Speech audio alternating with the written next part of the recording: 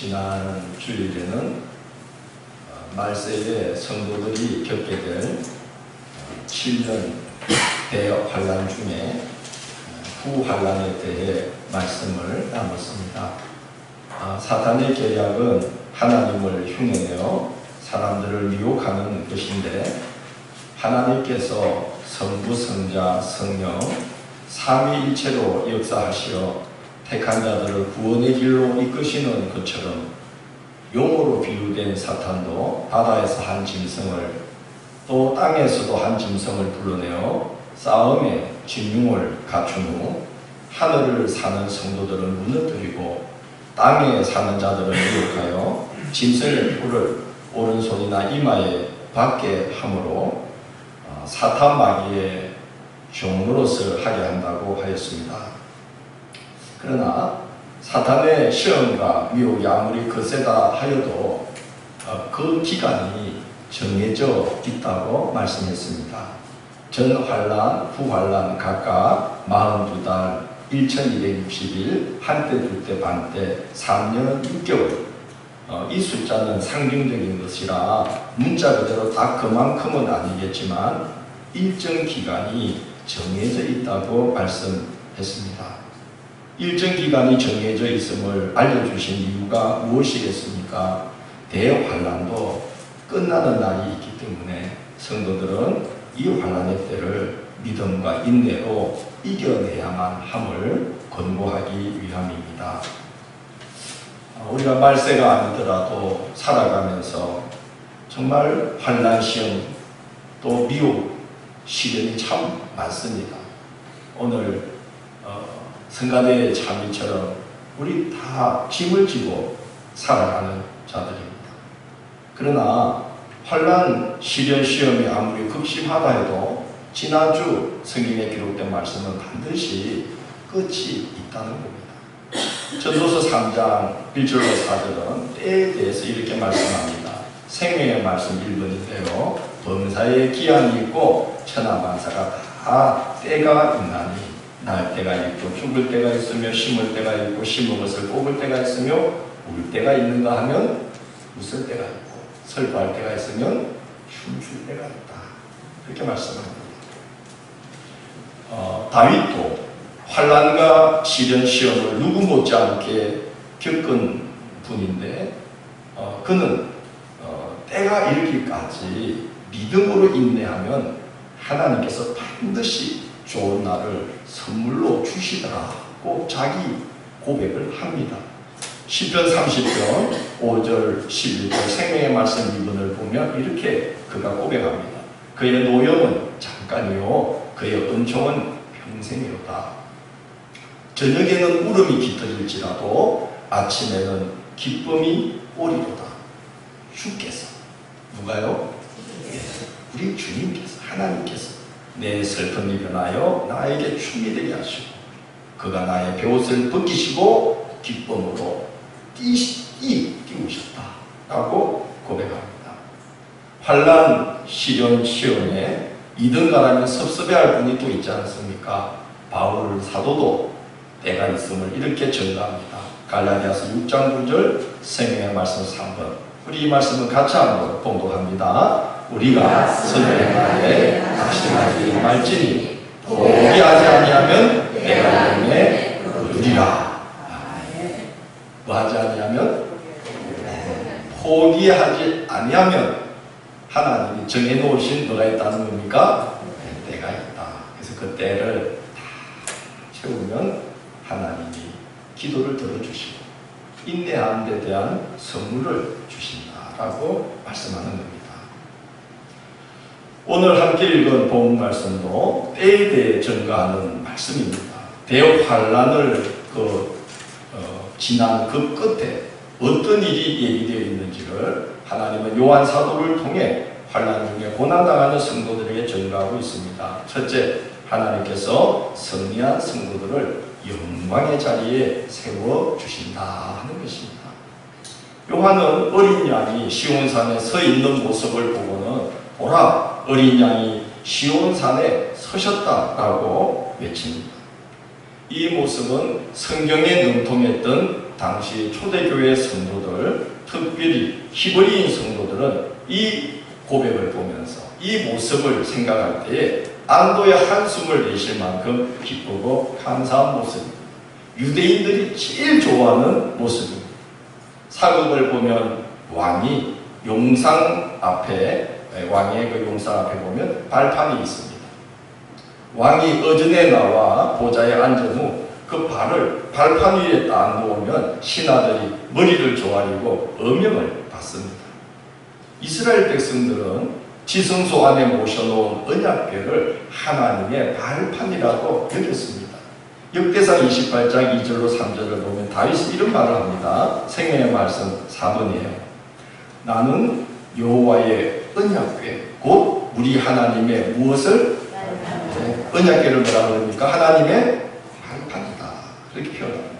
나는 여호와의 언약궤 곧 우리 하나님의 발판을 봉안할 성전을 건축할 마음이 있어서 건축할 재료를 준비하였으나 하나님이 내게 이르시되 너는 전쟁을 많이 한 사람이라 피를 많이 흘렸으니 내 이름을 위하여 성전을 건축하지 못하리라 하셨느니라. 이렇게 말합니다. 다윗은 하나님의 언약궤를 하나님의 발판이다. 다윗뿐만이 아니라 이스라엘 백성들은 그 언약궤를 하나님의 발판으로 여겼던 거예요. 하나님께서 시온산 그 성전에 언약궤를 당신의 발판으로 삼으시고 성전에 당신의 보좌를 탁 놓으시고 이스라엘 가운데 자정에 계시면서 그 나라를 하나님의 옷자락으로 이렇게 감싸주시면 어떤 나라도 이스라엘을 침범할 수 없으며 이스라엘이 비록 작은 나라일지라도 열국 가운데 머리가 된다고 믿었습니다. 그러니 지금 대환란 그때 어린 양 예수께서 시온산에 서셨어요. 이제 만물이 그의 명령을 이행하려고 준비하고 있습니다. 그의 성도된 백성된 성도들은 하나님이 그의 옷자락으로 감싸주시고 보호해 주시는 은혜를 입게 되는 것입니다. 하나님은 환난 중에 믿음과 인내로 승리한 성도들을 어디에 세워주시냐면 어린 양 예수 곁에 세워주십니다. 여러분, 이보다 더한 영광이 어디 있겠습니까? 예수님이 비유로 이런 말씀했습니다. 잔치자리에서 주인이 저 말석에 앉은 자를 가리켜서 이리 와서 내 곁에 앉으라 하면 그의 영광이 얼마나 더하며, 상석에 앉은 자들은 너는 저리 가서 말석에 앉으라 하면 일어나 말석으로 갈 때에 많은 사람들 앞에서 그 부끄러움이 얼마나 심하겠느냐, 그렇게 말씀하셨습니다. 우리가 말세에 환난 중에 또 말세가 아니더라도 우리가 이 어려움들, 시험, 시련, 미혹 이런 것을 우리가 인내하면서 믿음을 지키고 또 교회를 지켜나갈 때 그것이 땅에 사는 분들에게는 그리 대단한 일이 아닐 수 있습니다. 아무도 알아주지 않지만 천사장의 나팔 소리에 모든 게 홀연히 싹 다 변하는 날 하나님께서 우리를 가르쳐서 이리 와서 내 곁에 앉아라, 주님 곁에 우리를 앉혀주실 때 얼마나 기쁘고 감사하겠습니까? 저도 이 날을 고대하면서 시골교회, 시골 목회 열심히 감당해 보려고 합니다. 사람이 알아주지 않더라도 누가 알아주시면 됩니까? 예, 주님이 알아주시고 우리 그 앞에 섰을 때 김 목사 그 잊지 말고 내 옆에 와 이러면 너무 영광일 것 같아요. 우리 모두 다 그 자리에 서면 좋겠습니다. 아멘. 나는 그래도 제법 잘 믿었다고 뿌옇뿌옇 주님 곁에 갔는데 아니야 너 참 말석에 가면 얼마나 창피해요. 우리 겸손하게 진짜 주님 앞에 한 게 뭐 있나 그러고 있는데 아니야, 세상 사람들은 너를 알아주지 않더라도 난 너를 안다, 이리 와서 내 곁에 서라 하고 주님이 우리를 불러주시면 너무나 좋을 것 같습니다. 그 말세의 환난을 이겨낸 성도들이 주님 곁에 섰다는 게 바로 그런 말입니다. 곁에 세워주시고 영광의 자리에 앉혀주셨다는 겁니다. 성도들이 주님 곁에 서서 하나님의 보좌 앞에서 장엄하고 아름다운 찬미를 드리는데 그들의 입 안에 어린 양 예수 그리스도의 이름과 하나님 아버지의 이름이 새겨져 있었습니다. 이 말은 무엇입니까? 하나님께서 너는 내 백성이다. 너는 예수 그리스도의 사람이다 하고 뭐 해주시는 거죠? 인정해 주시는, 인을 쳐준 자들이라는 것입니다. 이름에는 그의 인격, 능력, 신분이 담겨 있다고 합니다. 내가 예수 그리스도의 이름으로 인이 쳐진 자가 맞느냐? 그분의 인격을 내가 닮아가고 있는가? 그분의 능력을 내가 의지하고 있는가?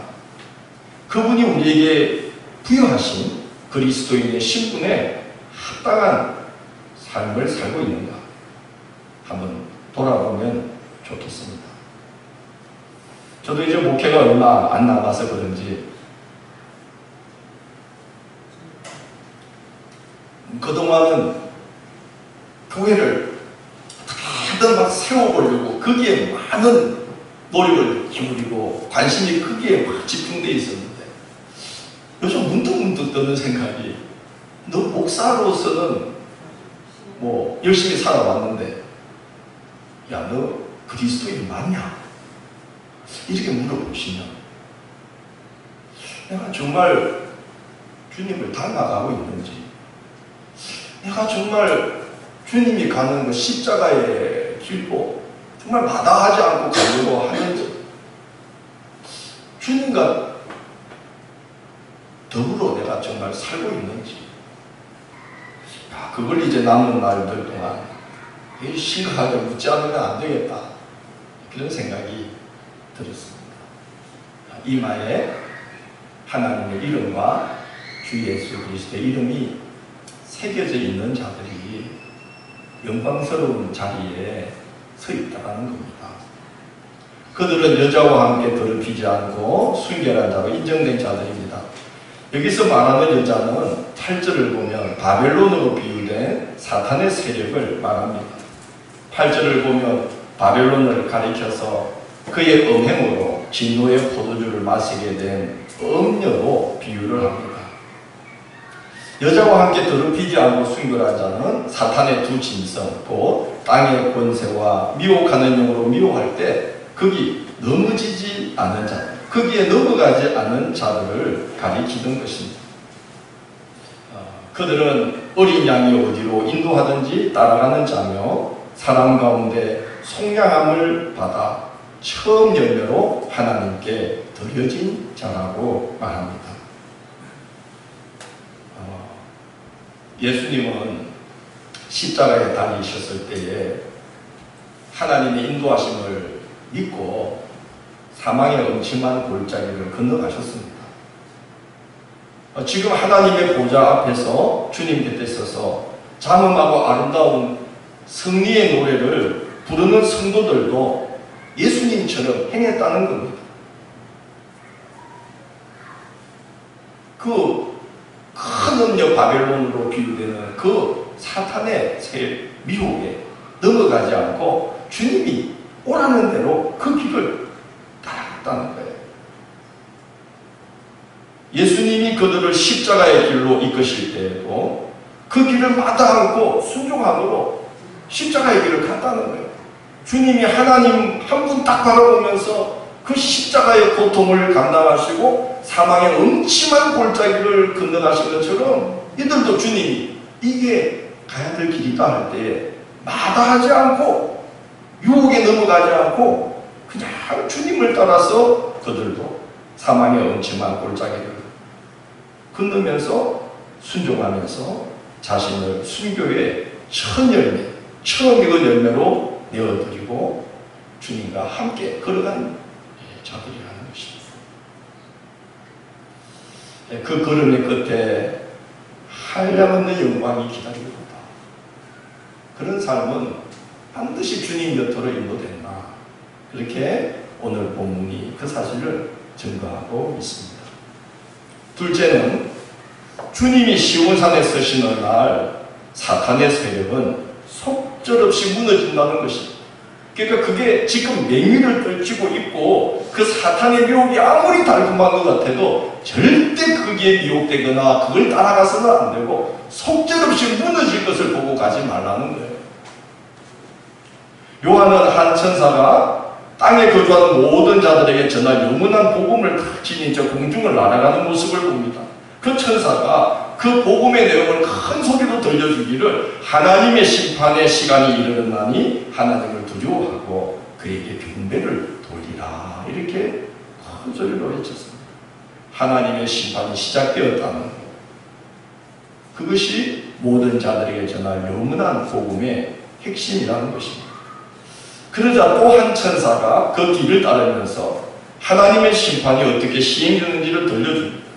무너졌도다 무너졌도다 큰 성 바벨론이여 모든 나라에 그의 음행으로 말미암아 진노의 포도주를 먹이던 자로다 라고 외쳤습니다. 이스라엘 백성들이 바벨론의 침략으로 나라가 망하고 바벨론으로 끌려간 후 말로만 듣던 바벨론을 실제로 보게 되는데 그 방대한 국토에 150여 개 나라를 속주로 두고 온갖 문물이 바벨론을 통해 교류하고 있었어요. 절대로 이 나라는 무너질 나라가 아니었어요. 그래서 온 나라가 그 번영과 건세에 매료되어서 바벨론의 우상, 벨과 마르둑을 각 나라마다 신상으로 세우고 바벨론의 제도를 본받고 바벨론의 폭력성까지도 흉내를 냈습니다. 그러면 바벨론처럼 강성해질 거라고 미혹을 당한 것이죠. 그래서 오늘 8절을 보면 모든 나라들이 그와 음행함으로 진노의 포도주를 마시게 되었다고 말할 정도로 영향력이 지대했습니다. 그래서 구약의 예언자들이 무너졌도다 무너졌도다 큰 성 바벨론이여 할 때 그 선포는 이스라엘 백성들에게 굉장히 말할 수 없는 복된 소식입니다. 자신들로서는 도저히 무너뜨릴 수 없는 세력을 하나님께서 무너뜨리시고 심판의 칼을 떼셨다는 소식이기 때문입니다.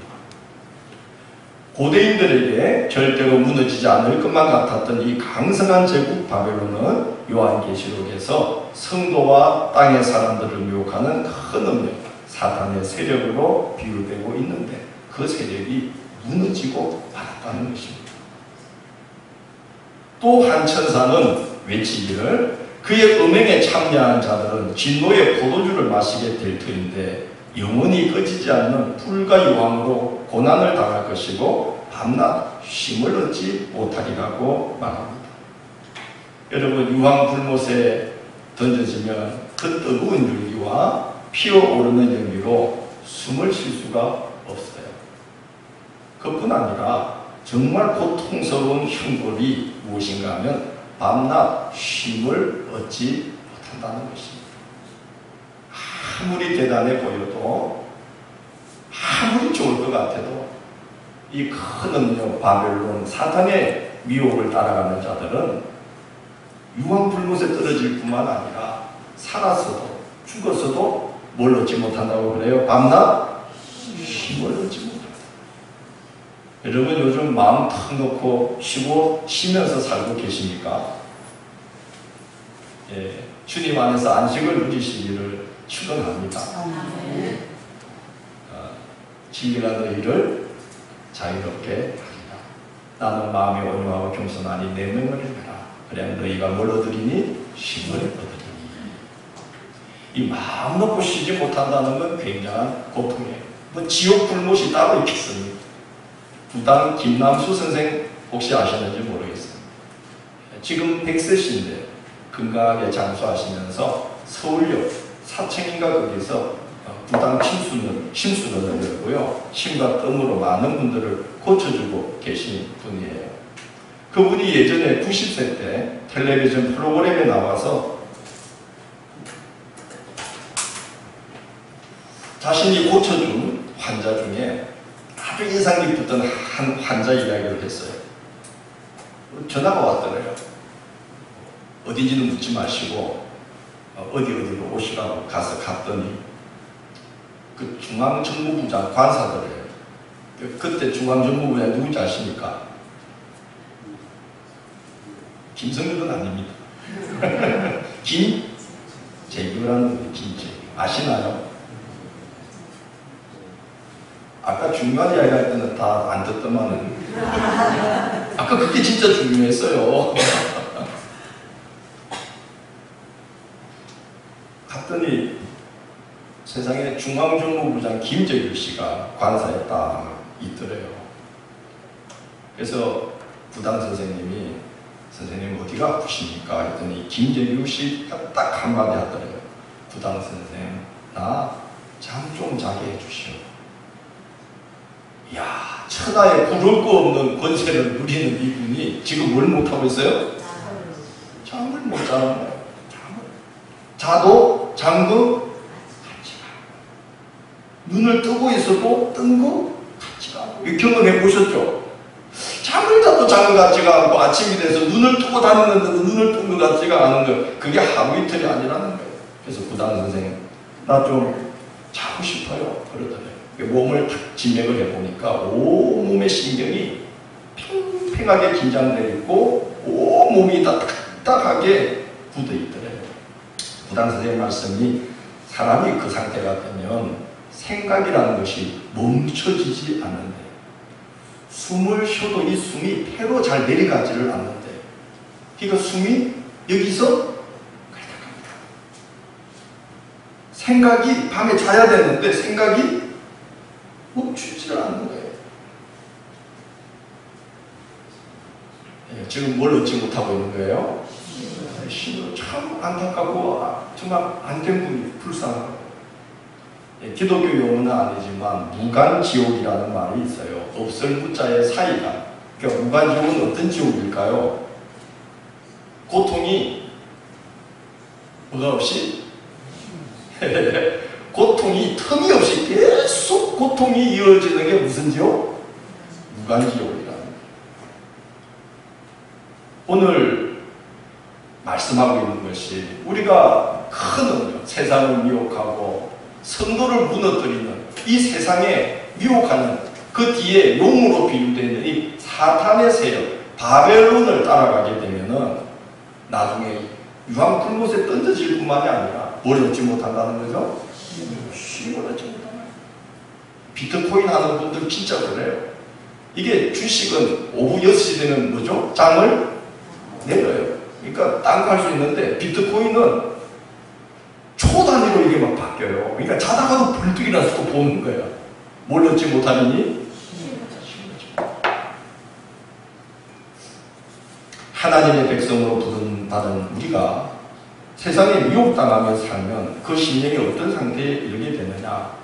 그 아까 말씀드린 무간지옥, 힘을 얻지 못한다는 건 신명기 28장에 이렇게 기록되어 있어요. 신명기 28장 65절로 67절 생명의 말씀 4번 우리 같이 한번 봉독해 봅니다. 그 여러 민족 중에서 내가 평안함을 얻지 못하며 내 발바닥이 쉴 곳도 얻지 못하고 여호와께서 거기에서 내 마음을 떨게 하고 눈을 쇠하게 하고 정신을 차단하게 하시니 내 생명이 위험에 처하고 주야로 두려워하며 내 생명을 확신할 수 없을 것이다. 내 마음의 두려움과 눈이 보는 것으로 말미암아 아침에는 이르기를 아하 저녁이 되었으면 좋겠다 할 것이요 저녁에는 이르기를 아침이 되면 좋겠다. 생명을 확신할 수 없다는 거죠. 사람이 자기 존재감이 딱 서 있어야 일도 하고 자기도 하고 마음도 턱 놓고 하는데 하나님의 말씀을 따라 그 진리를 따라 살지 않으면 세상에 얽매이게 되어가지고 그 마음이 산란해져서 생명을 확신할 수가 없어. 그래서 아침이 되면 이 하루를 감당하려니 너무 걱정되니까 뭐라 그래요? 아하, 뭐가 빨리 왔으면 저녁이 왔으면 좋겠다 했는데 또 저녁이 오면은 저녁에도 힘을 쉴 수가 없으니까 생각이 멈추지 않으니까 밤에 잠이 안 오는 거야. 여러분 밤에 잠 안 오는 경험해 보셨나요? 테레비 틀었다가 폰 켰다가 유튜브 봤다가 한참을 했는데 30분밖에 안 지나갔어. 아니, 자기들은 잘 자는 것처럼 딱 그러고 좋네. 힘들어요, 힘 안 들어요? 정말 그런 고통이 없어요. 또 이상하게 잠이 안 오는 밤에는요, 오만 생각이 다 나. 컷없녀 바벨론 사탄마귀 세상에 미혹당하여 거기에 마음 뺏기면 밤낮 쉼이 없는 인생이 될 수밖에 없다는 경고의 말씀이에요. 혹시 여러분 중에 정말 마음을 놓지 못하고 살아가고 있다면 내가 정말 하나님을 신뢰하느냐, 내가 정말 그리스도에게 나를 맡기고 사느냐, 주님이 가신 그 길, 탐욕의 길이 아니라 하나님께 다 맡기고 그냥 십자가의 길이라도 나는 갑니다 하고 진리를 따라 하나님이 이끄심 따라 살아가고 있는 그리스도의 삶을 진짜 내가 살고 있는가 한번 물어보시면 좋겠어요. 저는 미래에 뵐 대책도 없는데 잘 잡니다. 그럼 아침 눈을 뜨면 그 하루가 너무 감사해요. 새벽기도 딱 끝나고 딱 밖에 나가서 그 화분들 우리 잔디밭 나무 보면서 아침에 너무 감사해요. 그 생명으로 가득 찬 교회 안뜰을 보면서 커피 한잔 마시고 하루 시작하면 이야, 경상도 말로 대길이야. 네, 우리 그렇게 믿음으로 살아봅시다. 네. 주 안에 쉼이 있습니다. 진리 안에 자유가 있습니다. 컷없녀 바벨론을 쫓아가면 쉼이 없다. 셋째, 그러므로 성도들은 환난의 때 끝이 있기 때문에, 그리고 그 끝에 두 가지로 갈리기 때문에 주님 곁에 서느냐, 아니면 큰 음녀 바벨론 따라가다가 유황불못에 떨어지고 쉼도 없이 살다가 거기서도 무간지옥을 살 거냐, 이 두 길이 딱 환난이 끝나는 때에 나누어지므로 성도들은 환난 때에 믿음을 지키고 반드시 인내해야 한다는 것입니다. 12절, 성도들의 인내가 여기 있나니 그들은 하나님의 계명과 예수에 대한 믿음을 지키는 자니라, 이렇게 말씀합니다. 이 구절 세번역 성경은 표현하기를 하나님의 계명과 예수에 대한 믿음을 지키는 성도들에게는 인내가 필요합니다라고 옮겨놓았고요. 영문 성경을 보니까 성도들의 인내가 여기 있나라는 구절을 이렇게 표현해 놨어요. 그러므로 성도들은 인내를 배워야만 합니다. 마스터라는 걸 써놨어요. 배워야만 합니다. 왜 배워야 합니까? 환난의 기간 때가 정해져 있기 때문이다. 그리고 환난의 때가 끝났을 때 인내하며 믿음 지킨 성도들은 누구 곁으로? 주님 곁으로 가서 장엄하고 아름다운 참미를 부르는 자리에 들어가지만 그 환난의 때에 인내하지 못하고 믿음을 잃어버리고 세상의 미혹을 따라 막 욕심을 따라 살아가는 성도들은 유황불못에 떨어지고 쉼이 없는 무간지옥에 떨어지기 때문에 반드시 성도는 그 환난의 때에 인내하기를 뭐 해야만 하느니라? 배워야만 하느니라. 그게 성도들의 인내가 여기 있나니라는 말이에요. 배워야 한다는 것은 익혀야 한다는 거고요. 습관처럼 몸에 배워야 한다는 말입니다. 뭐가? 뭐 하는 것이? 인내하는 것이. 왜냐하면 첫째 환난의 날을 인내로, 그 첫째 환난의 날을 인내로 견뎌야만 수고를 거치고 쉬는 날이 예비되기 때문이고, 둘째는 무시무시한 심판을 면하며 안식 가운데 들어갈 수 있기 때문입니다. 이어지는 말씀을 간단히 정리하면 주님께서 예리한 낫으로 곡식들을 거두어 들이신다고 합니다. 환난의 때가 끝나면 알곡과 가라지를 갈라냅니다. 양과 염소를 구분합니다. 그래서 알곡은 어디에 들이고? 곡간에 들이고, 그리고 양은 어디에? 안전한 우리로 들여보내기 위함입니다. 곡간에 들여보냄을 받지 못한 자들, 그리고 세상에 미혹당하여 땅에서 사는 자들은 어떤 심판이 기다리고 있다고 합니까? 포도를 따서 포도즙 틀에 던져 넣듯이 땅의 사람들과 미혹된 자들 함께 던져짐을 당하고, 주님께서 권능의 발로 밟으실 때 그 피가 말굴레까지 닿는다고 그래요. 말굴레는 말고피니까 그 피가 깊이가 1m50은 되는데 1600 스타디온까지 흘러간다니까 약 300km까지 피가 강물을 이루는 그런 심판이 기다리고 있다는 거죠. 성도가 인내를 몸에 배이도록 인내를 배워야만 하는 이유가 거기 있다는 겁니다. 그 무서운 심판에 우리가 던져지지 않아야 된다는 거죠. 인내를 배워야만 한다. 왜냐? 사탄은 아주 보잘것없는 걸 가지고 우리 전체를 삼키는 거예요. 그렇잖아요. 처음부터 그랬어. 뭐 하나 가지고 선악을 아는 열매 딱 하나 보여주고 온 인류를 삼켰어요. 일본에는 참치 해체쇼라는 게 있답니다. 특별히 낚시로 잡아 올린 거대 참치는요, 값이 어마어마하다고 해요. 지난번에 어떤 초밥집이요, 278kg 참치 한 마리를 34억 원에 낙찰받아서 해체소를 했다고 해요. 나는 우리 성도님들 안 놀릴 줄 알았어요. 그 정도 돈 가지고 뭐 278kg 참치 한 마리가 34억 원. 그래서 계산을 해봤대. 본전을 뽑자면 초밥을 1만 5천 개를 만들어서 초밥 하나당 22만 원을 받아야 된대요. 근데 그 식당이 자부심 있고 최고의 초밥집이니까 그 금을 들여서 홍보를 하면서 그냥 똑같은 초밥 가격을 받고 이제 제공을 하는데, 이제 해체쇼를 하는데 그게 전 일본에, 전 세계에 방송이 되는 거죠. 제 친구 목사가 일본 여행 중에 해체쇼를 보게 되었대요.